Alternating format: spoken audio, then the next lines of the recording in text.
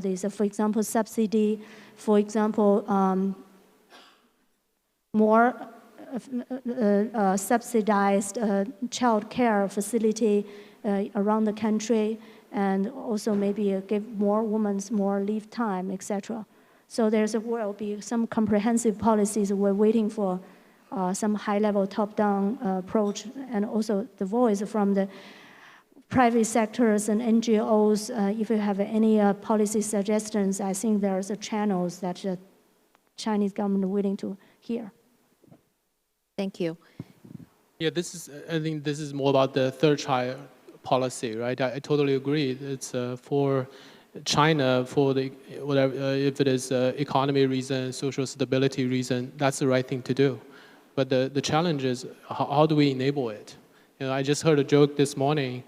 People are saying, you know, I'm not considering to have the third child, not because like you know, not having quota is not the reason I'm not buying 3 Rolls Royce for myself because I can't afford it. And when you think about the third child, I think the key consideration, maybe 3 parts. First is, do I need to put my career on hold? What about my career aspiration? Number 2, what about the financial concerns? You know, the financial insecurity you might encounter. The third is, this is expanded child care, family care responsibility. You know, if we can address the 3 concerns, then we can help more people to seriously consider having more children. And that's, you know, I can't speak for the government and the other, but I think for organizations, longer paternity leave is super critical.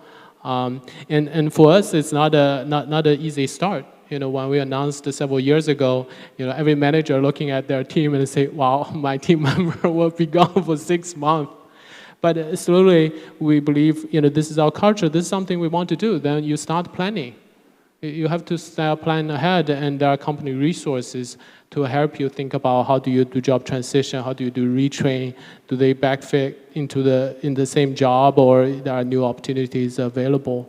So this is the things we have to think about, what are the challenges, and the companies need to think about the policies to help them.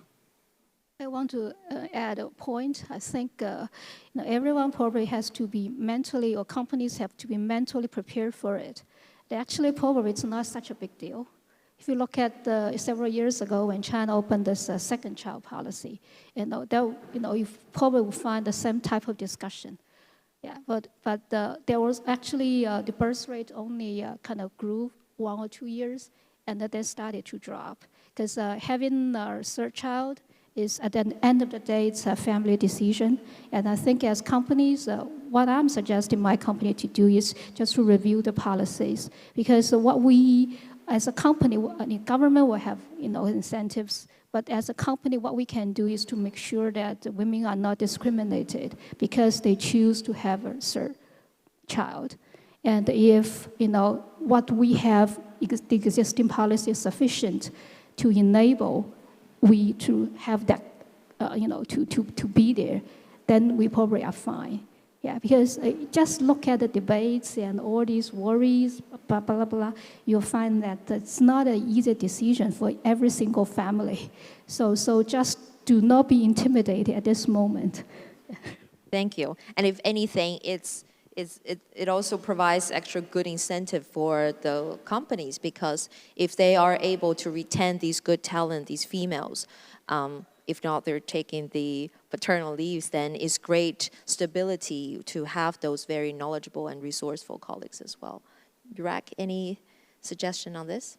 Yeah, I think I want to add on the company side of things. I mean, there is a lot of room where companies can provide support for childcare, and a lot of good examples as well.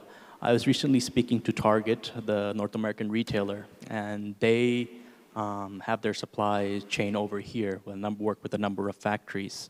And they give an example of how they have childcare centers in their factories so that their employees, you know, can work at ease. And most of these employees tend to be migrant workers. So this allows them to, bring their children along as well without having to worry about, lack of education if they bring them along. On top of that, they had this nice little feature where they would give smartphones and smartwatches where you could constantly keep track of your children. So, I mean, I'm not saying this is the extent that every company should go to, but there are definitely, ways that companies can do more, and it's linked to providing more support to their employees. It's linked to employee morale and retention. At the same time, the government also has a role in this, right? When you look at the care economy, it's not just about childcare, but there is also the other elephant in the room. There's elderly care as well. And the brunt of this, unfortunately, falls on women, working women having to make a decision whether to leave the workforce or not, to look after their children, the third child, and also their parents. And this is an underinvested economy, I must say, compared to North America, the elderly care economy. And this is something that the government can definitely provide fiscal incentives for, to stimulate the economy, so that you have services out there that can ease the burden on elderly and childcare, so that women don't have to make a decision of, do I have to leave my career on hold if I want another child? That shouldn't be, that difficult a decision for people to make. Thank you. Now, I promised my first question from the back of the room. Any questions, please?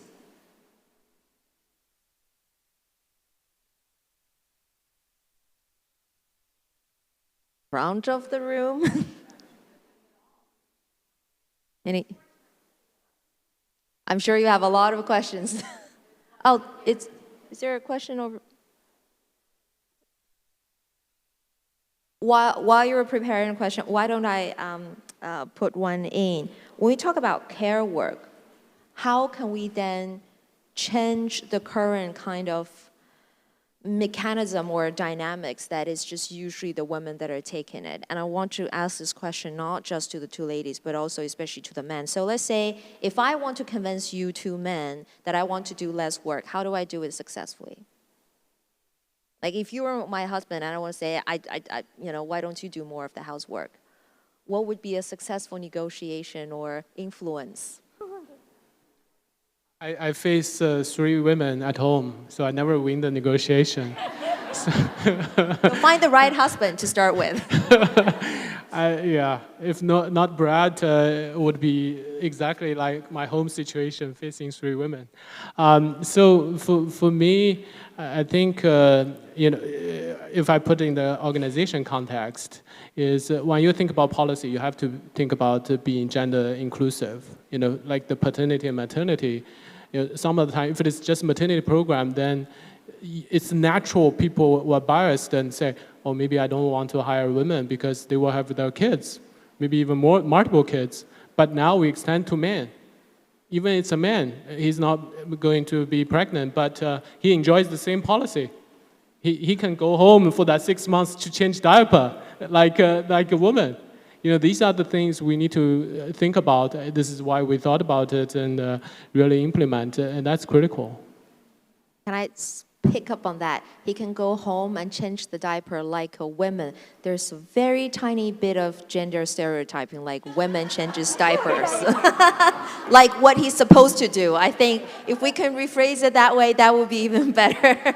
But no, Michael, I don't want to drill you on this, but can I just follow up? Because I'm probably asking on behalf of many in the room. When you mentioned the 6-month parental leave for both men and women, was there any men who said, no, 6 months is too much? Even if you're giving me salary for that, I just want to be here at work.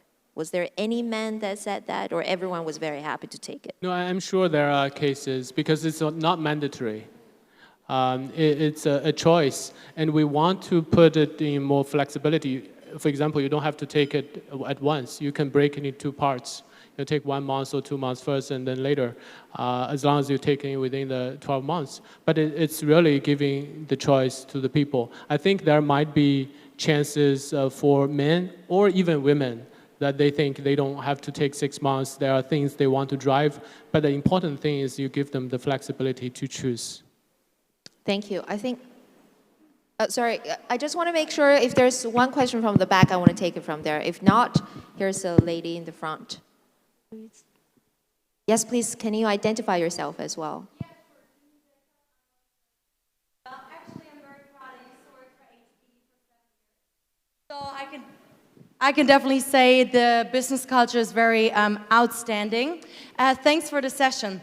As I'm a coach, I always love to ask, what is this one action step that we can start taking from today? So I would like to ask you to give all of us some inspiration, because we spoke about government level, company level, the changes that we can do. What can you recommend us, every person that is sitting here, this one change, this one action and step that every one of us can start taking from today or tomorrow? Thank you. Me? You're asking me? As you like, anybody or all of Please, you as Gloria. you want. Well, 30 seconds. Okay, actually, I'm hiring a manager to my team. So what our company did was actually we omitted gender, age, and also gender and age and the picture in the resume. So what I received from the HR hiring partner is all word descriptions. No picture of the person, does not say if he's or if it's a he or she, and does not tell me the age. And I received 35, 36 applications, and we kind of screened down to 6. And I interviewed the 6 people on the shortlist. It turned out all of them were women. So I think this is something you probably can do. It's a small thing,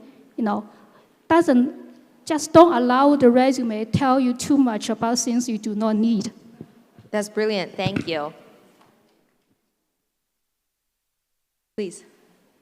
I myself has my daughter last year. My daughter was born in last year, so suddenly my household became quite exploded and full of the domestic chores. So I was split up between a company, global conferences and the company strategy, and about changing diapers and the milk time, and also clean the floors and think about dump the rubbish.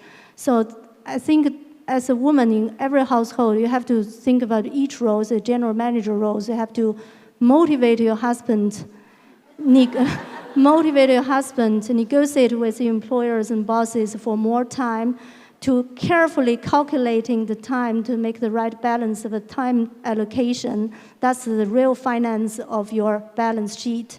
And also have to become the PR manager to talk about your worries and to promote your brand in front of the public, and also have to set up the trust between the co-workers of your team to share more burdens. Eventually, you have to do better job and big job as a general manager in the household. So therefore, the policy I recommend to take one step forward is to really to